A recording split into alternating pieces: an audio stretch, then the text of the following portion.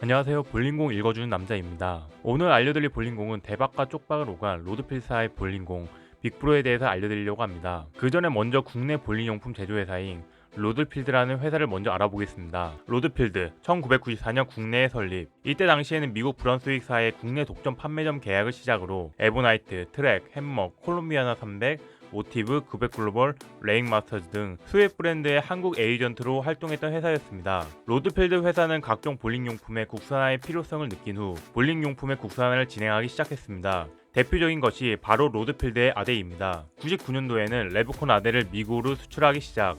2004년에는 레브콘 아데 수출 실적 100만 불 달성. 2009년에는 하이퍼포먼스 볼링공 엑소더스를 생산하고 그 다음 해인 2010년에는 미국으로 수출. 현재에는 전세계 소목 고대 시장의 80% 이상의 점유율을 가지고 있습니다. 저희가 아는 아데 레브 시리즈, 커핑 밴드 등 수많은 소목 보대가 다 로드필드 제품입니다. 하지만 빅브로 이전까지 로드필드 하면 군산 로드필드만 생각날 정도로 많은 볼러들이 잘 모르는 회사였습니다. 심지어 빅브로 이전에 출시한 볼링공들은 톰, 브런스윅, 모티브 등 여러 해외 브랜드에 밀려서 대회 출전 용도가 아니라면 구매할 이유가 없을 정도로 로드필드의 볼링공은 국내에서 크게 인기가 없었습니다. 심지어 아데도 로드필드의 아데이지만 아데를 살 때는 브랜드를 보는 것이 아닌 코브라, 몽구스와 같은 용도를 보고 샀기에 많은 사람들이 회사에는 크게 관심을 가지지 않았습니다. 그러면 이렇게 불리한 볼링공 시장에 로드필드의 볼링공 빅브로는 어떻게 큰 인기를 얻을 수 있었을까요? 그 이유는 총 3가지가 있습니다. 첫 번째, 얼라스틱 에너지 기술 사용, 두 번째, 하이 퍼포먼스, 세 번째, 홍보입니다.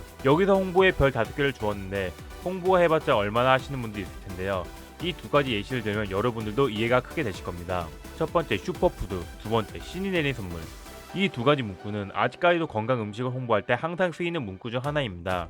먼저 첫 번째 얼라스틱 에너지라는 문구는 영상을 보시는 것이 이해가 가장 빠르실 겁니다. 영상을 보시면 새 구슬을 넣고 볼링공 안에서 튕깁니다. 볼링공의 반발력이 높으면 볼링공이 핀에 맞고 나서 볼링공의 맞은 핀이 튕기는 거리가 증가합니다. 고로 쉽게 생각하시면 애매하게 존에 맞아서 잔핀이 남았을 경우 볼링공의 맞은 핀들이 이리저리 튕기다가 잔핀을 운 좋게 맞춰줘서 스트라이크가 나올 수 있게 될 확률이 높아지는 것이죠.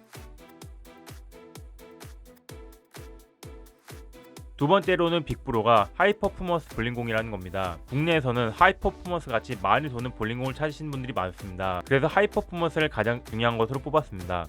첫 번째에서 얘기한 얼라스틱 에너지 사용으로 반발력이 강한 것과 하이퍼포먼스 스펙으로 강한 것끼리 매칭시켜 완전히 강한 볼링공으로 볼러들에게 인식시키는 것이죠. 세 번째로 제일 중요한 홍보입니다. 로드필드의 빅브로가 유명해진 가장 큰 이유입니다. 이전까지는 페이스북에 광고 영상 정도는 했지만 다른 회사에 비해서는 너무 대충 올리는 느낌이 강했습니다.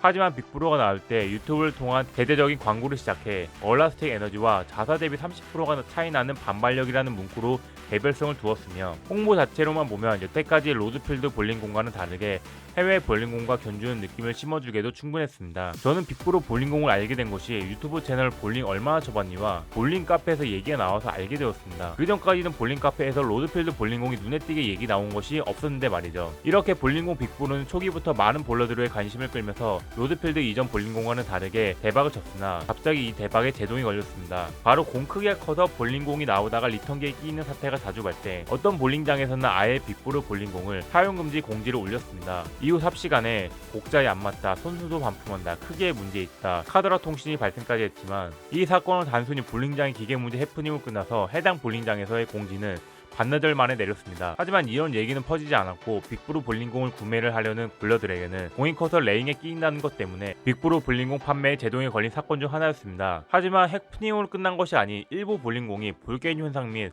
앞선 문제들이 계속되었다고 합니다. 그래서 로드필드는 이런 문제가 있는 볼링공에는 보상을 해주었고 후속작 빅브로 플래싱에 나올 때 이러한 점을 모두 보완되어서 출시되었다고 합니다. 그리고 빅브로 이후 로드필드의 볼링공들은 많은 볼러들에게 주목받게 되면서 빅브로에 이어서 인크레더블, 블리자드 시리즈도 많은 볼러들의 관심을 갖게 되었습니다. 이제 빅브로 스웨그와 그 시리즈에 대한 스펙을 알아보려고 합니다. 먼저 볼링공 소개에 앞서 간단히 설명드릴 것이 있습니다. 먼저 커버 스탁입니다.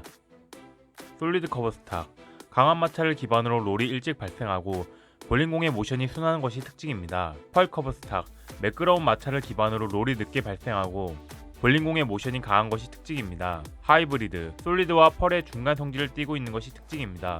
RG 디퍼런스 스펙, RG, 코어의 자전력을 나타내는 수치로 RG의 값이 낮을수록 일찍 발생, 디퍼런스, 높을수록 모션이 크고 볼링공의 모션이 순하거나 날카로운 것과는 별도입니다. 잉트 디퍼런스 또는 매스 바이어스, 비대칭 코어에만 있는 디퍼런스의 편차 범위, 코어의 기울기와 관련되어 있으므로 값이 커질수록 백엔드 각이 강하고 날카로울 수 있습니다. 첫 번째는 빅브로 스웨그입니다. 레버리2 펄 커버 스탁을 사용했으며 코어는 도미너스 비대칭 코어입니다. 2000방 아발로 샌드로 마감했으며 스펙은 하이 퍼포먼스입니다. 이후 도미너스 비대칭 코어와 하이 퍼포먼스 스펙의 내용은 똑같으니 생략하도록 하겠습니다. 두 번째로 나온 것은 바로 빅브로 플렉신입니다. 레버리3 솔리드 커버 스탁을 사용했으며 2000방 아발론 샌드로 마감했습니다. 세 번째로는 빅브로 갤럭시입니다. 레버리3 펄 커버 스탁을 사용했으며 3000방 샌드로 마감했습니다. 네 번째로는 빅브로 번업이며 리액티브 재질이 아닌 우레탄 재질인 게 특징이며 2000방 샌드로 마감했습니다. 이번 영상을 만들면서 로드필드라는 회사를 새로 알게 되었습니다. 아대를 넘어 빅브로 볼링공을 시작으로 한국 볼링공도 미국에 널리 사용되는 날이 오면 좋겠습니다. 영상이 유익하셨다면 구독과 좋아요 부탁드리겠습니다. 감사합니다.